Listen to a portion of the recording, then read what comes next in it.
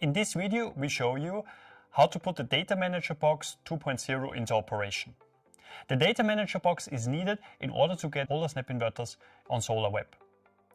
Also, you can put third-party inverters into a PV system together with an Ohmpilot or a Wattpilot. To operate the Datamanager Box, we need a supply voltage. This can be done using a separately available power supply. Or the power supply can also be mounted directly on the DIN rail in the distribution box. You see here a Fronius Datamanager Box. On the underside of the Datamanager Box, you will find the connections for the solar net ring, which can be used to connect several snap inverter devices. This is useful for dynamic power reduction.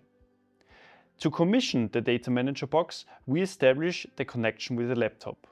This is done using an Ethernet cable. A wireless access point cannot be opened.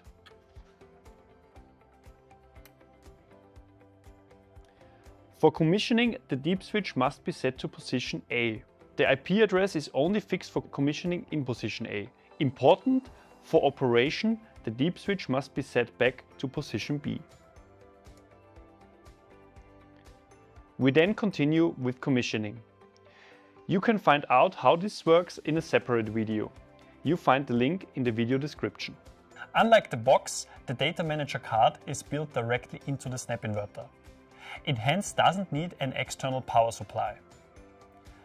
Otherwise, all connections are the same.